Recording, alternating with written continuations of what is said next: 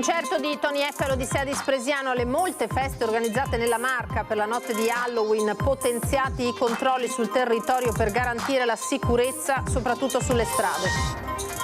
Sanfior senza tregua, i ladri sono tornati, razziata per la seconda volta la ferramenta, nuovo tentativo di effrazione in una casa, a Godega i ladri entrano negli uffici di bottega.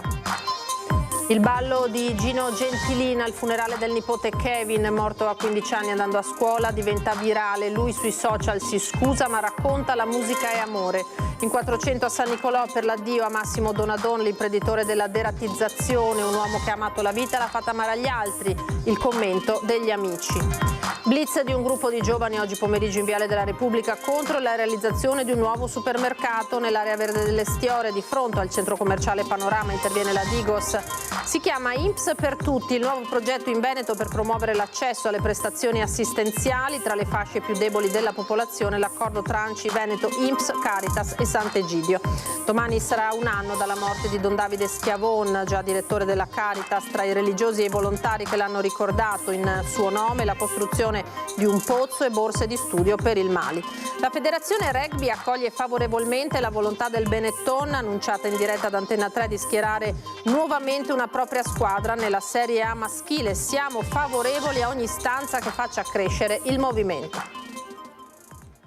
Buonasera, eccoci in diretta, ben trovati, edizione di Treviso dei nostri telegiornali. Allora oggi Halloween, in vista delle feste, soprattutto della sera e della nottata, sono stati potenziati da parte delle forze dell'ordine i controlli sul territorio per garantire innanzitutto la sicurezza sulle strade, anche perché gli eventi sono tanti, dal concerto di Tony F all'Odissea di Spresiano alle molte feste.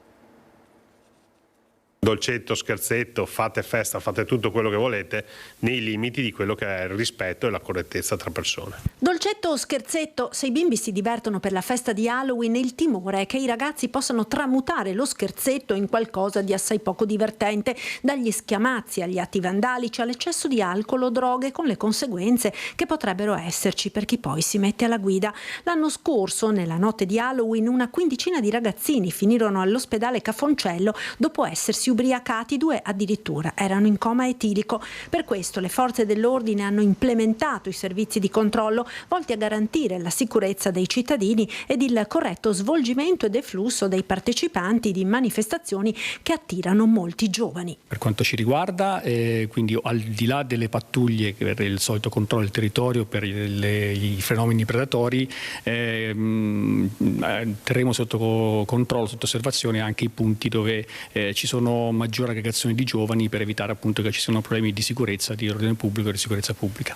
Il dispositivo dei carabinieri, nello specifico per la notte di Halloween, riguarda principalmente i controlli stradali per prevenire gli incidenti che potrebbero verificarsi se qualcuno alza troppo il gomito. Il divertimento deve essere un divertimento sano, però deve essere contemperato con quelle che sono le regole che guidano la vita quotidiana di tutti, per cui schiamazzi devono essere evitati e soprattutto quando ci si mette alla guida dobbiamo fare attenzione di non essere in stato di ebbrezza e di essere pienamente coscienti di quello che si sta facendo, perché poi le conseguenze possono essere anche gravi e a volte anche mortali.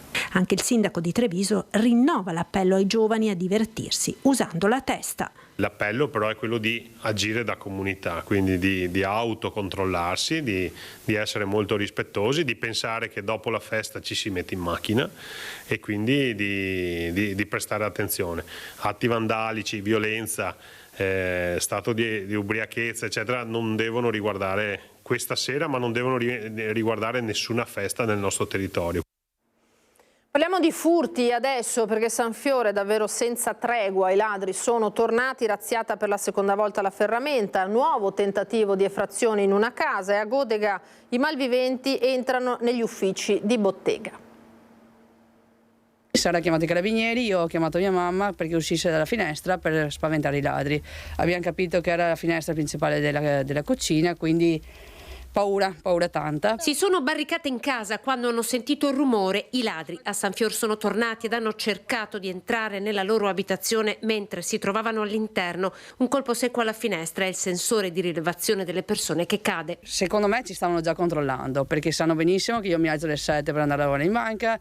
I miei si alzano tardi, Sara lavora la sera di food truck o pizzeria, quindi va tardi la sera, quindi dicono a quell'ora là sicuramente stanno ancora dormendo. La paura è stata tanta, infatti noi stanotte non abbiamo dormito nella nostra abitazione, ma abbiamo dormito da sua mamma, perché avevamo paura. Infatti io ho passato una notte insonne, alle 3 mi svegliavo, sentivo fin le sirene nelle orecchie e non c'erano. No, magari pensano che ci siano soldi, vedono il furgone, c'è un'attività, quindi questo furgone qua magari chissà cosa mettono loro in testa, nelle loro teste.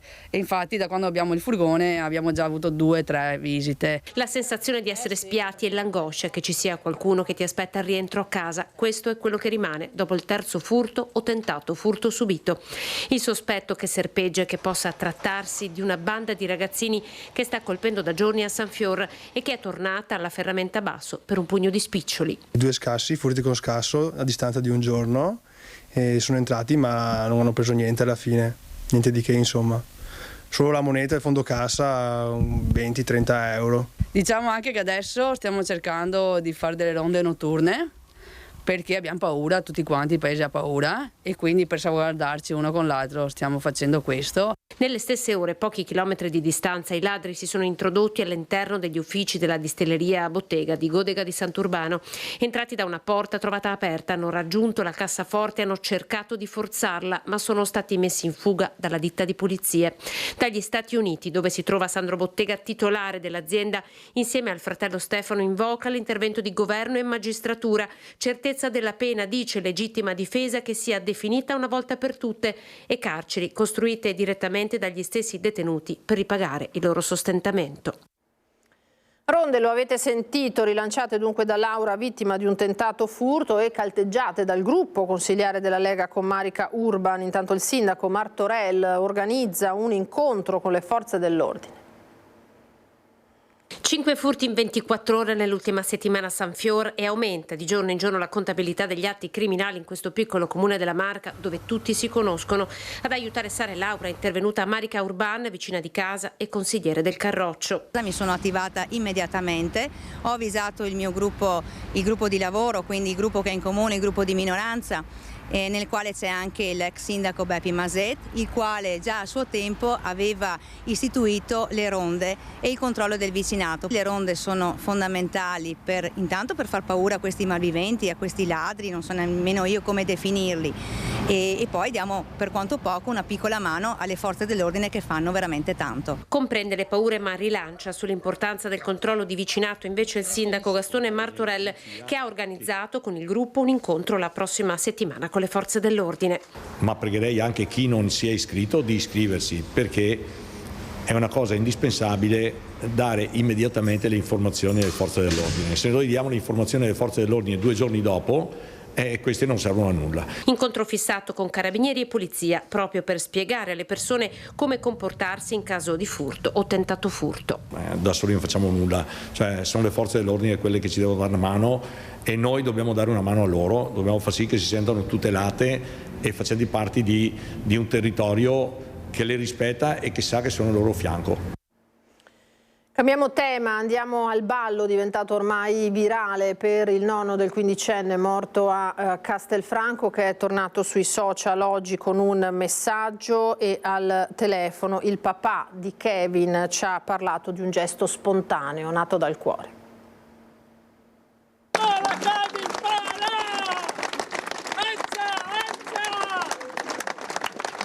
Chiedo scusa umilmente se mi sono lasciato andare oltre la musica. La musica è amore. Io e il mio angelo custode Kevin avevamo un rapporto unico con la musica. Al mio fianco mi diceva vai, vai nonno, fallo per me, e questo è stato l'ultimo saluto. Chiede scusa, ma scuse non ne servono. Sono pochi quelli che non hanno compreso cosa abbia spinto nonno Gino Gentilina a ballare davanti al feretro la musica che il nipote 15enne Kevin amava. Nipote perso mentre in una mattina come tante andava a scuola in Vespa.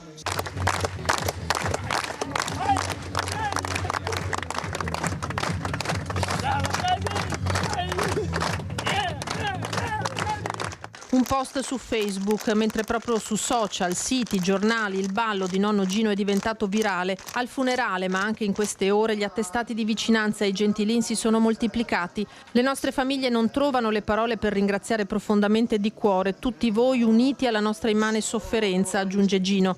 La vostra vicinanza ha creato puro amore. Lo stesso sentimento che al telefono esprime il figlio Christian, papà di Kevin. Ho apprezzato, ho detto comunque a tanta gente i ringraziamenti per la loro presenza e anche per chi non c'è stato, capito? Perché tanta gente non è potuta venire e comunque sì, è stato bello, insomma. È stata la famiglia, racconta, a far partire la musica sul sagrato della chiesa di Salvatronda in omaggio al ragazzo. Abbiamo voluto noi dedicare delle musiche al figlio. Perché a lui piacevano molto questo tipo di musiche e da lì poi è nato questa improvvisazione, una cosa spontanea, capito? Quindi le cose spontanee vengono e poi giudicare non è che le avevamo programmate, capito? Una cosa spontanea che ti è venuta dal cuore, capito? E quindi ringrazio tutti, comunque anche chi che dà il conforto allora.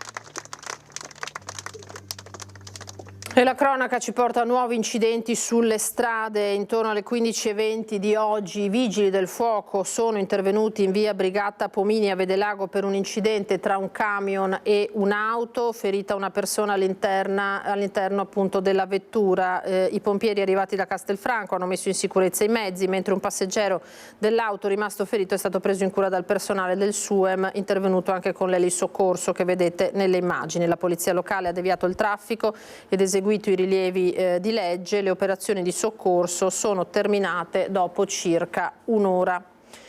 Ed è stata condannata a 3 anni e 8 mesi di reclusione l'automobilista 25enne originaria di Bassano del Grappa ma residente a Feltre, che il 21 agosto del 2022 in Val Cavasia a Pederoba si scontrò con la sua Mazda contro la moto su cui viaggiavano Mario Bittante, 64 anni, pensionato di Asolo, e la moglie Maria Cristina Dallefrate, 60 anni. Bittante morì sul colpo, la moglie rimase ferita. Oggi la giovane automobilista, che è risultata poi sotto l'effetto dell'alcol e nel cui sangue vennero trovate anche tracce di cocaina e anfetamine, ha patteggiato 3 anni e 8 mesi per omicidio stradale e guida sotto l'effetto di stupefacenti. La ragazza perse il controllo della vettura invadendo la corsia opposta e centrando l'Aprilia dei 2 coniugi.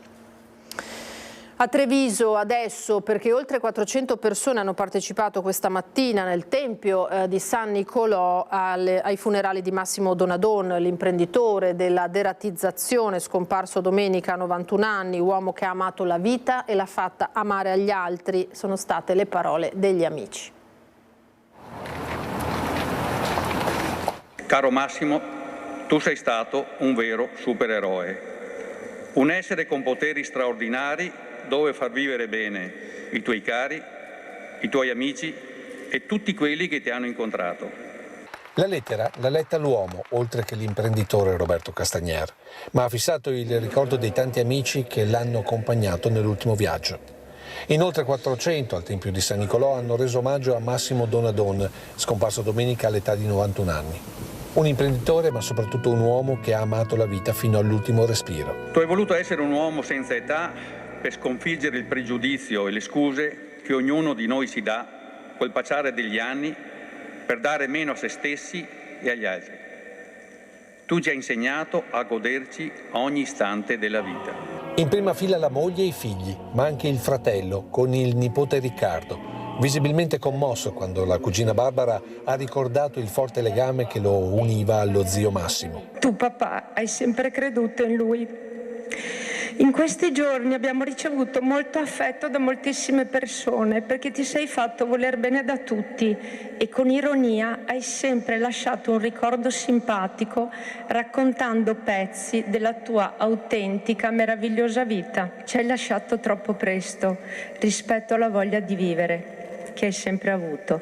Sei sempre stato un fuoriclasse, senza età, un uomo libero, giovane dentro e fuori, carismatico, simpatico, gentile, allegro, generoso, elegante. Un ottimista di natura, capace di contagiare tutti con la tua simpatia e la capacità di guardare avanti, mettendo sempre in evidenza il lato positivo della vita. Occhi lucidi per Giuseppe Milan di Un'Industria, per Massimo Colombandi, per Mastelise Castelbrando, di Bruno Vianello di Texa e dell'ex questore di Treviso Carmine Damiano, solo per citare alcuni dei presenti, ai quali il celebrante Don Tiziano Farronato ha lasciato questa riflessione. Un gesto di riconoscenza, ed è bello essere in tanti a poter dire grazie Massimo per quello che sei stato e per quello che hai fatto per ciascuno di noi. Una cerimonia terminata sulle note dell'Ave Maria cantata dal tenore Francesco Grollo, con la salma condotta sulla via della cremazione.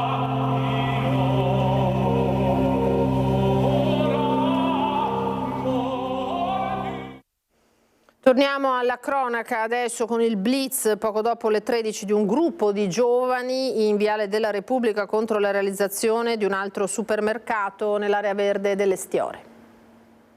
Basta supermercati, stop cemento, blitz nel primo pomeriggio di oggi in Viale della Repubblica a Treviso, nei pressi dell'Estiore, nell'area verde dove sorgerà un nuovo supermercato del gruppo Ali. Alcuni attivisti legati al centro sociale Django hanno imbrattato con la vernice spray e poi abbattuto la recinzione in pannelli di legno che delimita l'area della prossima lottizzazione. Oggi siamo venuti qui perché vogliamo segnare una nuova tappa nella nostra lotta contro il consumo di suolo, la cementificazione e il proliferare selvaggio di supermercati nel nostro territorio.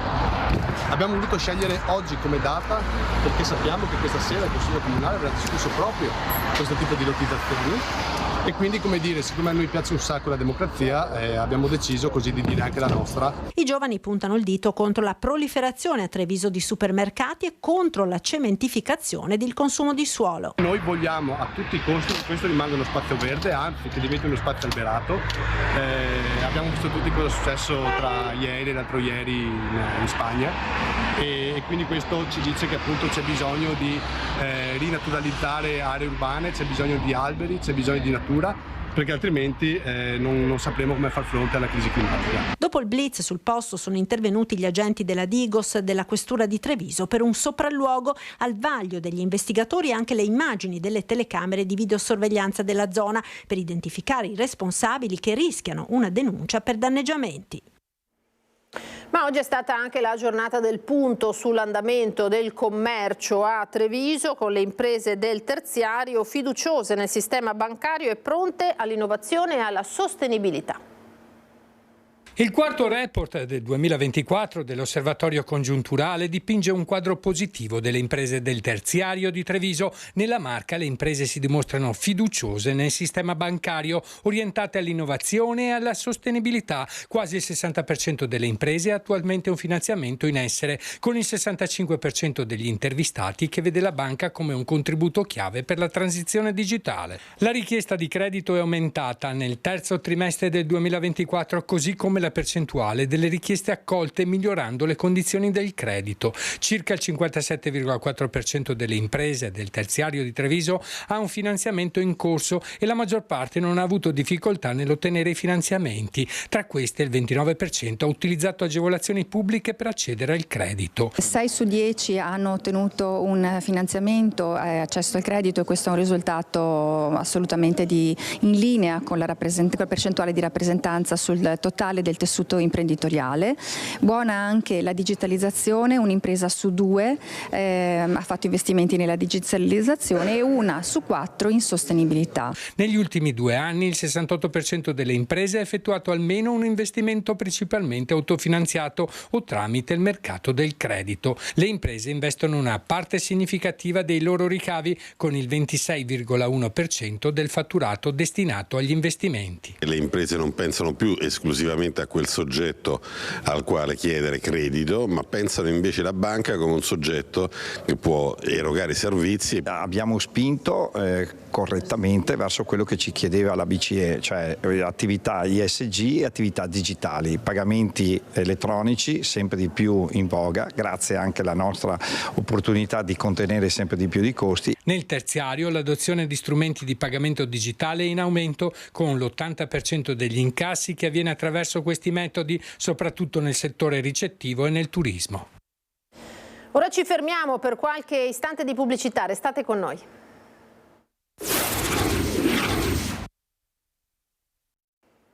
Ben ritrovati, riprendiamo l'edizione trevigiana dei nostri telegiornali tornando sul film contro l'omofobia, la cui proiezione, lo ricorderete, era stata stoppata per gli studenti di una scuola media trevigiana. Dopo le polemiche dei giorni scorsi che avevano acceso su Treviso i riflettori nazionali, gli studenti della scuola Serena assisteranno lunedì prossimo alla proiezione del film Il ragazzo dai pantaloni rosa. Lo ha reso noto la dirigente dell'istituto dopo che i docenti hanno visionato in anteprima la pellicola. La dirigente ha specificato che la decisione di rinviare la proiezione è stata dettata da un eccesso di zelo e prudenza, ma ha detto non abbiamo mai veramente cancellato l'appuntamento al cinema.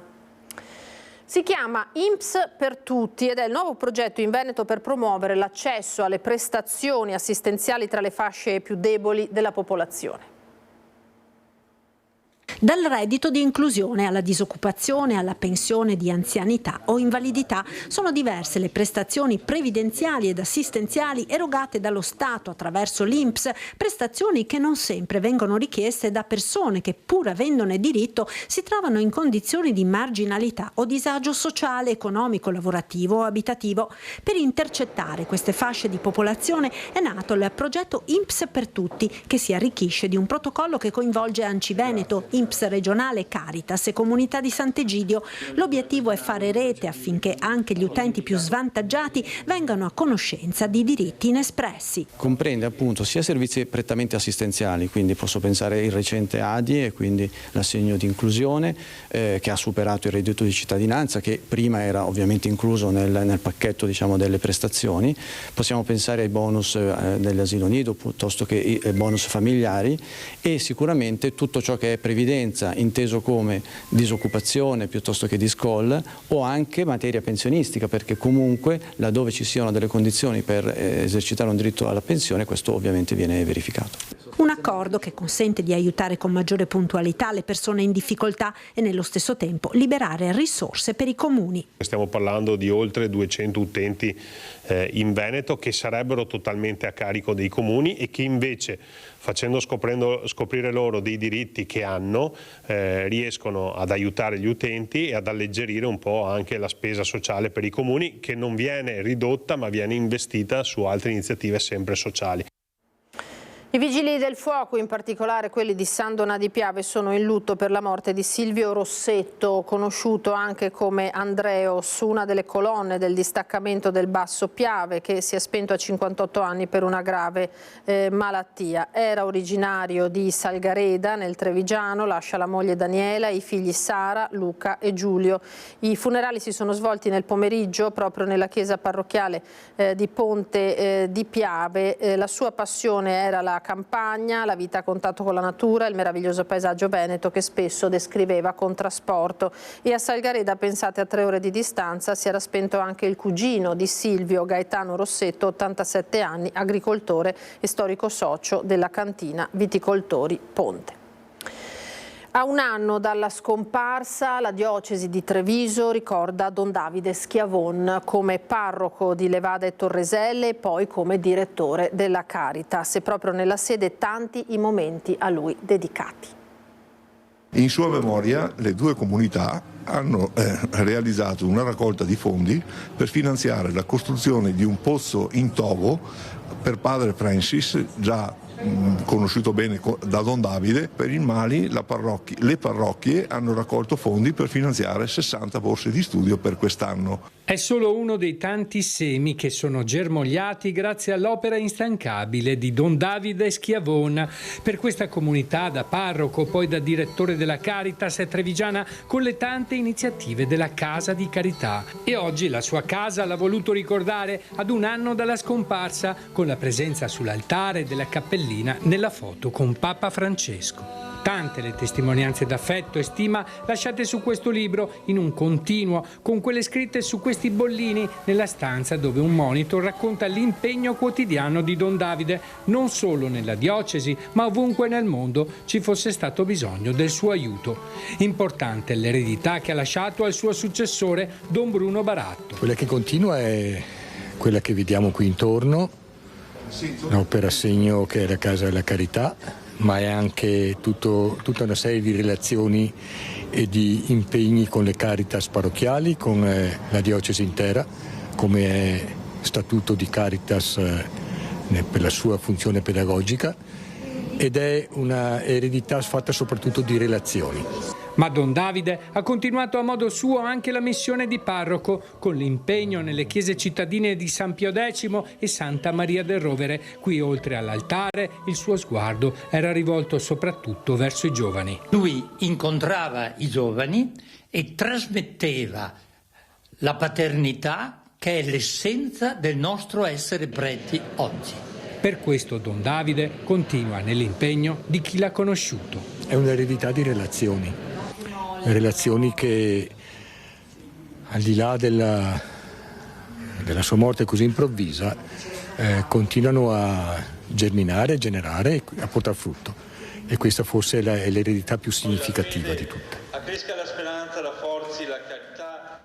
Lasciamo quest'ampia pagina e andiamo ad Halloween. Oggi naturalmente grande festa soprattutto per i bambini. Allora andiamo a vedere le immagini, eccole qua, del centro città invaso di bambini e adulti. Lo vedete nel pomeriggio, travestiti per Halloween, alle prese con iniziative, tante quelle organizzate, e soprattutto con dolcetto scherzetto nei negozi e nei bar della città. Lo vedete che anche i grandi non si sono tirati indietro, naturalmente accompagnando i bimbi in questo giro a caccia appunto di dolciumi e caramelle nei negozi e negli esercizi commerciali che si erano attrezzati per l'occasione, proprio per poter rispondere alle richieste dei più piccoli. Strade e piazze, lo vedete, invase, una festa che non è solo quella nei locali o quella di questa notte di cui abbiamo parlato in apertura e che fa potenziare i controlli, ma anche quella proprio dei bambini a cui questa tradizione evidentemente piace e hanno fatta propria. E adesso andiamo a vedere quella che è diventata una vera e propria attrazione proprio per i più piccoli a Mogliano, una casa trasformata proprio per Halloween con addobbi e anche pupazzi animati.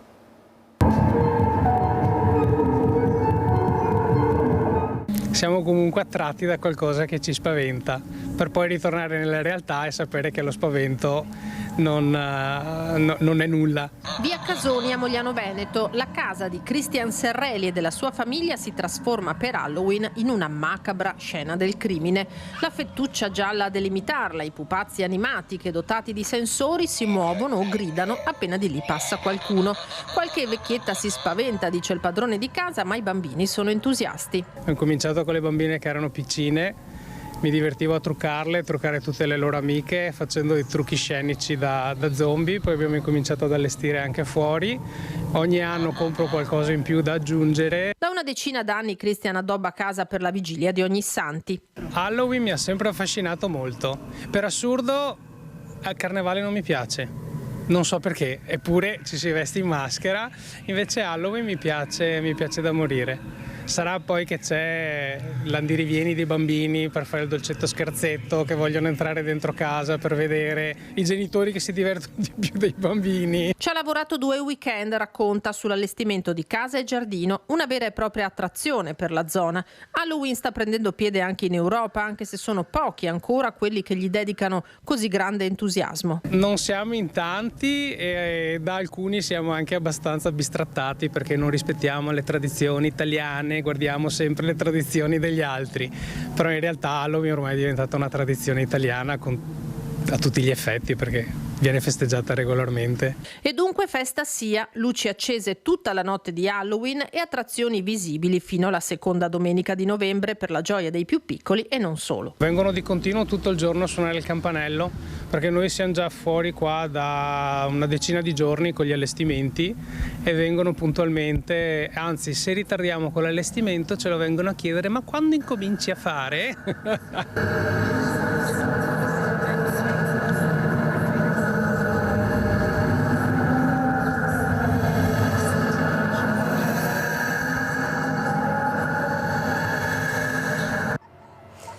Anche Halloween dunque l'avete visto, una buona occasione per far festa, ma anche per animare i centri urbani, anche quelli dei paesi e delle località più piccole. Qui siamo con le immagini ad Osson, dal trucca bimbi alla musica in piazza, dalle zucche alla finta bara agli spettacoli per esorcizzare la paura. Tutto il classico repertorio della festa di Halloween, oggi pomeriggio in piazza appunto ad Osson di Casier, per una festa che i commercianti del centro hanno organizzato dedicandola ai più piccoli e alle famiglie. E in tanti, lo vedete, hanno partecipato, complice naturalmente anche il bel tempo, a questa manifestazione che promuove non solo il divertimento tra i ragazzi, ma anche appunto la frequentazione dei centri abitati e dei negozi e delle attività che li popolano. Siamo allo sport adesso, perché sta ricevendo reazioni positive l'annuncio in diretta, prima edizione su Antenna 3, del presidente del Benetton Rugby, Amerino Zatta, di aver avviato con la federazione rugbistica un dialogo per riproporre una compagine bianco-verde nella Serie A del campionato italiano maschile.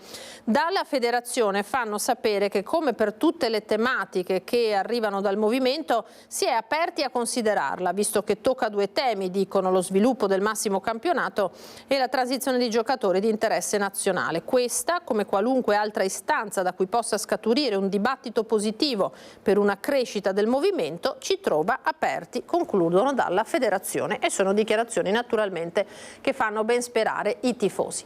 E adesso andiamo alla pagina del Bellunese. E ripartiamo con la cronaca, perché si è sfiorata davvero una tragedia ieri sera a Saviner di Laste di Rocca Pietro, e un masso di grandi dimensioni è caduto su una casa sventrandola. Incolumi, anziano novantenne e la figlia di 63 anni. Ieri sera si è staccato un masso verso le 18:30, 18:40 dal pendio soprastante l'abitazione, e ha centrato l'abitazione sfondando e arrivando praticamente in una stanza.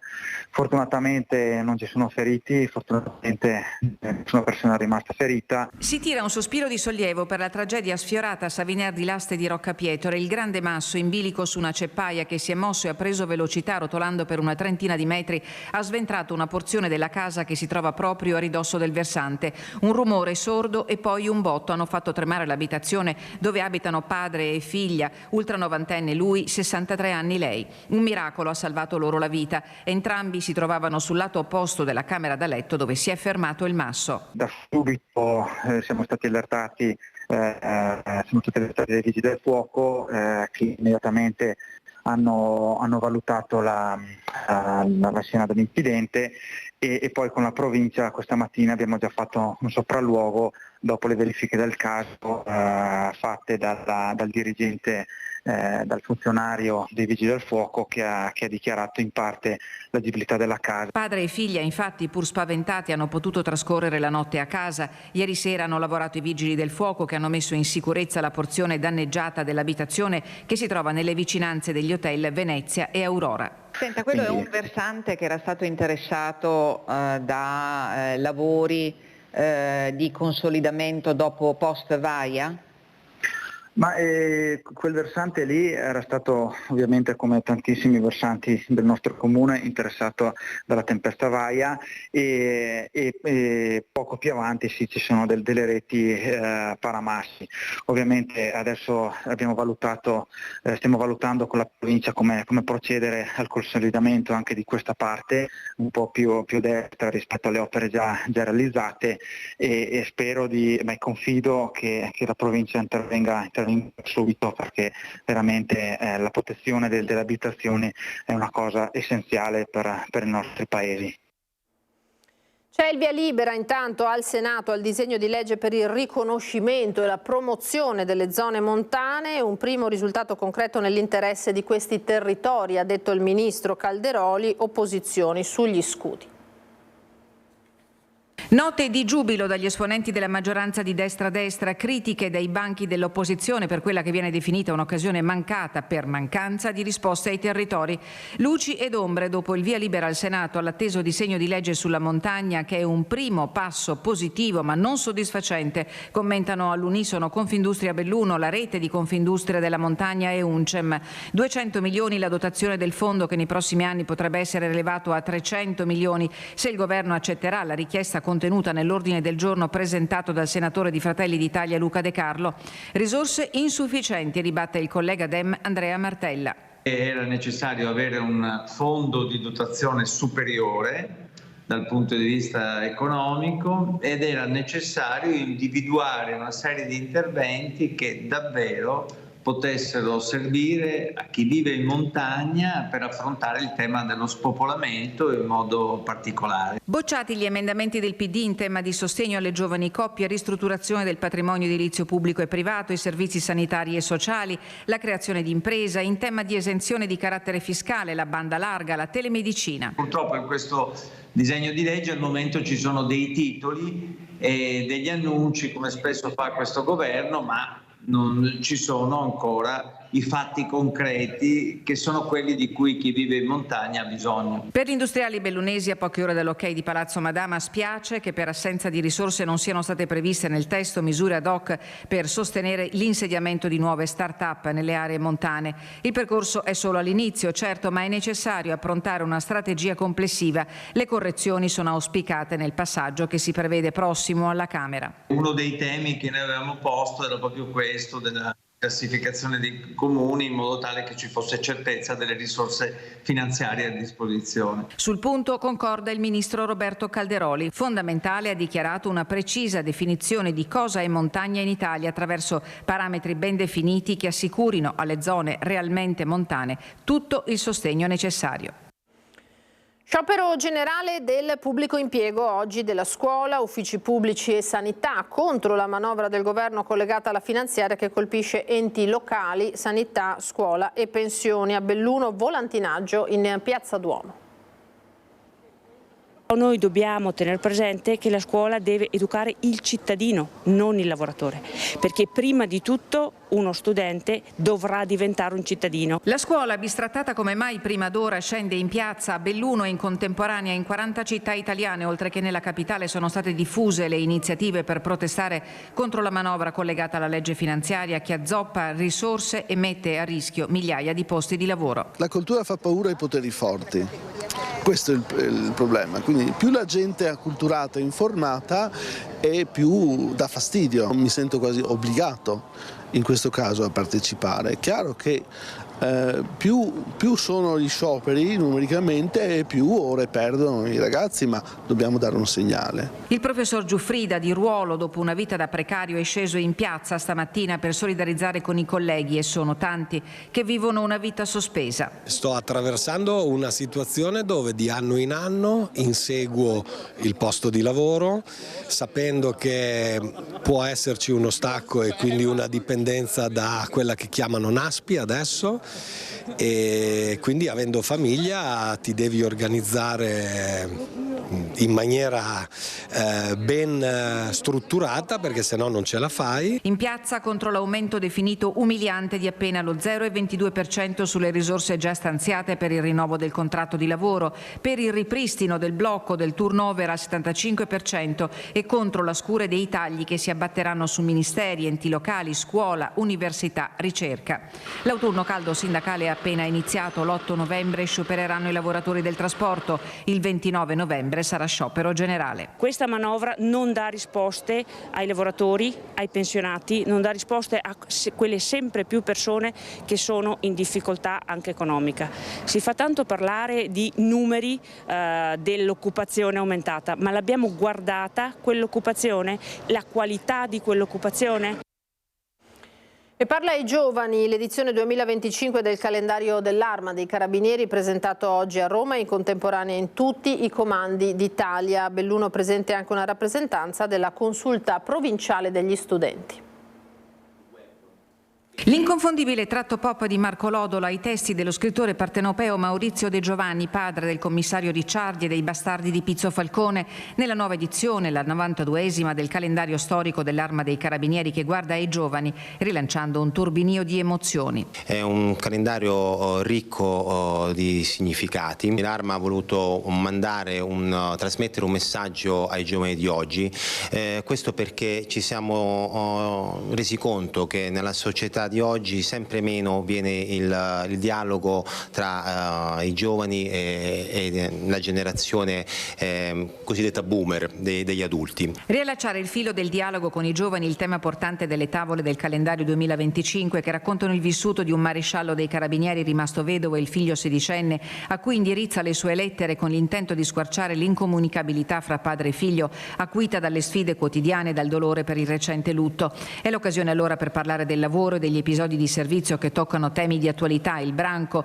la solitudine sociale, le dipendenze e il rispetto dell'altro, argomenti al centro del rapporto già consolidato fra l'Arma e i giovani, oggi presenti al comando provinciale con 2 rappresentanti della consulta provinciale degli studenti. Riuscire a connettere i giovani alle forze dell'ordine, diciamo che può aiutarci appunto a conoscere la realtà che ci circonda e non solo vivere in una classe studiando. È la solitudine sociale che i giovani hanno vissuto in pandemia ad avere causato problemi prima inimmaginabili. Le persone cercano di affrontarla magari distraendosi da questa solitudine, quindi sottoponendosi a degli stimoli continui.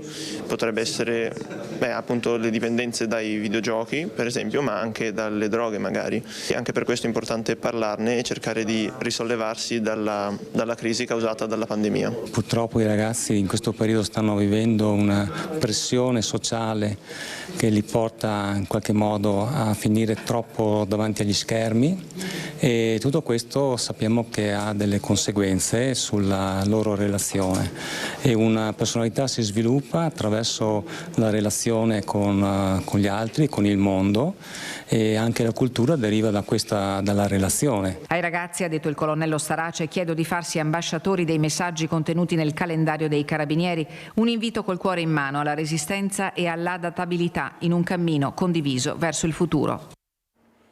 Era l'ultimo servizio per questa nostra edizione, grazie per averci seguito, tra poco le previsioni del tempo, a tutti una buona serata, arrivederci.